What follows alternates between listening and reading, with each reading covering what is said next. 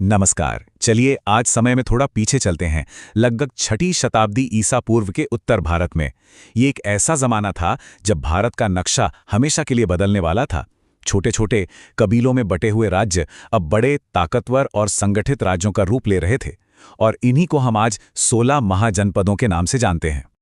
लेकिन सोचिए, इन 16 शक्तिशाली राज्यों के बीच एक जबरदस्त होड़ लगी थी। सत्ता का एक ऐसा संघर्ष जिसमें आखिरकार सिर्फ एक ही विजेता बनकर उभरा, और वो था मगध। तो आज की हमारी पड़ताल का सबसे बड़ा और सबसे अहम सवाल यही है, आखिर मगध ही क्यों? वो कौन सी खास बातें थीं जिन्होंने मगध को इन सब में सबसे ऊपर पहुंचा दिया? तो इस सवाल का जवाब खोजने के लिए हम अपनी पड़ताल को 5 हिस्सों में देखेंगे। सबसे पहले हम 16 राज्यों के उस दौर को समझेंगे, फिर राजतंत्र और गणतंत्र के बीच के बड़े फर्क को जानेंगे। उसके बाद उस समय के नए आर्थिक ताकत के स्रोतों पर नजर डालेंगे। फिर आएगा हमारा मुख्य हिस्सा, मगध आखिर जीता क्यों, और अंत में हम देखेंगे कि कैसे इस जीत ने एक विशाल साम्राज्य की नींव रखी।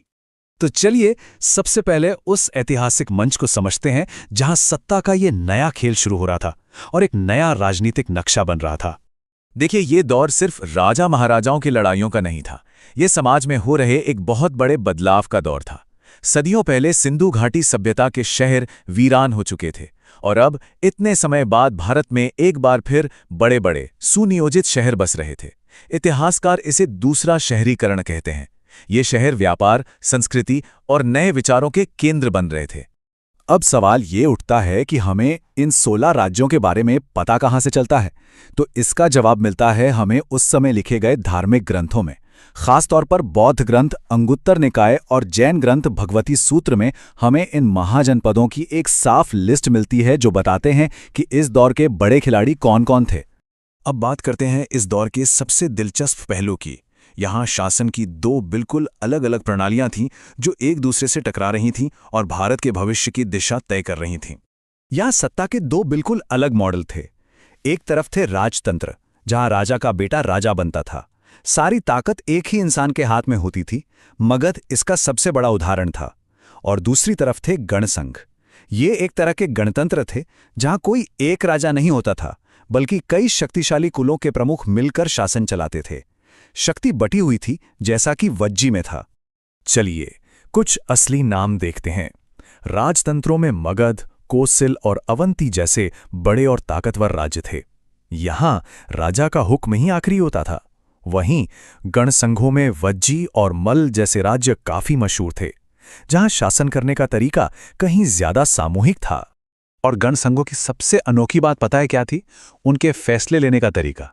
कोई भी बड़ा फैसला राजा की मर्जी से नहीं, बल्कि संथागार नाम की एक सभा में लिया जाता था। वहां खुली बहस होती थी और फिर बहुमत से वोटिंग होती थी। जरा सोचिए, उस जमाने के लिए ये कितनी बड़ी और क्रांतिकारी बात थी। लेकिन किसी भी बड़ी सल्तनत को खड़ा करने के लिए सिर्फ अच्छी राजनीति काफी नहीं होती। उसके लिए पैसा चाहिए, एक मजबूत अर्थव्यवस्था चाहिए। तो चलिए अब उन आर्थिक बदलावों पर नजर डालते हैं जिन्होंने इन राज्यों को इतनी ताकत दी। ये सब कुछ एक चेन रिएक्शन की तरह था। कहानी शुरू हुई लोहे की तकनीक के फैलाव से। लोहे के औजारों ने खेती को पूरी तरह बदल दिया। पैदावार इतनी बढ़ गई कि अनाज जरूरत से ज्यादा होने लगा। इसी अतिरिक्त अनाज ने बड़े बड़े शहरों को जन्म दिया। और सबसे जरूरी बात, इसी पैसे से राजाओं ने बड़ी बड़ी स्थायी सेनाएं खड़ी की, जो किसी भी साम्राज्य की रीढ़ होती हैं। तो ये अर्थव्यवस्था चल कैसे रही थी?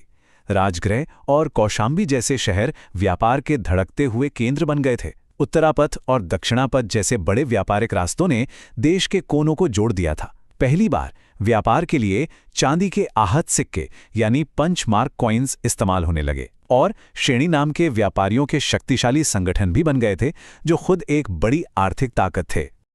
और अब हम पहुंचते हैं अपने सबसे बड़े सवाल पर। जब इतने सारे ताकतवर राज्य थे, तो आखिर वो क्या खास बात थी मगध में जिसने उसे इन सब पर एक निर्णायक बढ़त दिला दी? चलिए इसका विश्लेषण करते हैं। मगध का पहला और शायद सबसे बड़ा तुरुप का इक्का था उसका भूगोल। उसकी शुरुआती राजधानी राजगृह 5 पहाड़ियों से घिरा एक ऐसा कुदरती किला थी जिसे जीतना लगभग नामुमकिन था। और बाद में जो राजधानी बनी पाटलिपुत्र, वो तो नदियों से घिरा एक जलदुर्ग था, एक पानी का किला। दूसरा बड़ा फायदा था कुदरती संसाधनों पर उसका कंट्रोल। आज की दुनिया में जिसके पास तेल है वो ताकतवर है, उस जमाने में जिसके पास लोहा था वो ताकतवर था। और मगध के पास आज के झारखंड वाले इलाके में लोहे के विशाल भंडार थे। इसका सीधा मतलब था बेहतर हथियार और बेहतर औजार। और फिर थी उनकी सेना। सैन्य रणनीति में भी मगध सबसे आगे था। ये पहला राज्य था जिसने जंग में बड़े पैमाने पर हाथियों का इस्तेमाल शुरू किया। सोचकर देखिए, दुश्मन सेना के सामने जब सैकड़ों हाथियों की दीवार खड़ी हो जाती होगी तो उनका क्या हाल होता होगा। ये उस जमाने का सुपर वेपन था। लेकिन देखिए, अच्छे से अच्छे संसाधन भी बेकार हैं अगर आपके पास उन्हें इस्तेमाल करने वाला दिमाग ना हो। और मगध के पास थे बिंबिसार और अजातशत्रु जैसे दूरदर्शी, ताकतवर और कई बार बेहद क्रूर शासक। उन्होंने कूटनीति और युद्ध हर तरीके का इस्तेमाल करके मगध को फैलाया। तो मगध जीत गया, लेकिन इस जीत का असली मतलब क्या था? इसकी विरासत क्या थी? चलिए आखिर में इस पर एक नज़र डालते हैं कि इतिहासकार इस लम्हे को कैसे देखते हैं। ये समझना जरूरी है कि इतिहासकार मगध के उदय को अलग अलग नजरियों से देखते हैं। आर.एस. शर्मा जैसे इतिहासकार मानते हैं कि असली वजह आर्थिक थी, लोहे का इस्तेमाल। कुछ दूसरे इतिहासकार डी.डी. कोसांबी की तरह आर्थिक कारकों को मुख्य वजह मानते हैं। वहीं कुछ का मानना है कि महत्वाकांक्षी राजाओं और उनकी सैन्य ताकत ने सबसे बड़ा रोल निभाया। शायद सच्चाई इन सभी के मिश्रण में ही कहीं है। कुल मिलाकर, जैसा कि ये लाइनें बताती हैं, महाजनपदों का दौर भारतीय इतिहास में एक बहुत बड़ा मोड़ था। ये बिखरे हुए कबीलों से एक संगठित राज्य बनने तक का सफर था। ये वो पल था जब भारत में एक बड़े क्षेत्रीय साम्राज्य का विचार हकीकत में बदल रहा था। तो इस तरह से मगध की जीत ने सिर्फ एक लड़ाई नहीं जीती थी, बल्कि आने वाले महान नंद और मौर्य साम्राज्यों के लिए एक मजबूत नींव तैयार कर दी थी। एक साम्राज्य का नया युग शुरू हो चुका था। और हम अपनी बात को इसी एक सवाल के साथ खत्म करते हैं। जरा सोचिए, अगर उस निर्णायक लड़ाई में मगध की राजशाही की जगह वज्जी जैसा गणतंत्र जीत गया होता, तो क्या भारत का राजनीतिक इतिहास और शासन का स्वरूप कुछ और होता? इन पुरानी लड़ाइयों के नतीजे आज तक हमारे इतिहास में गूंजते हैं।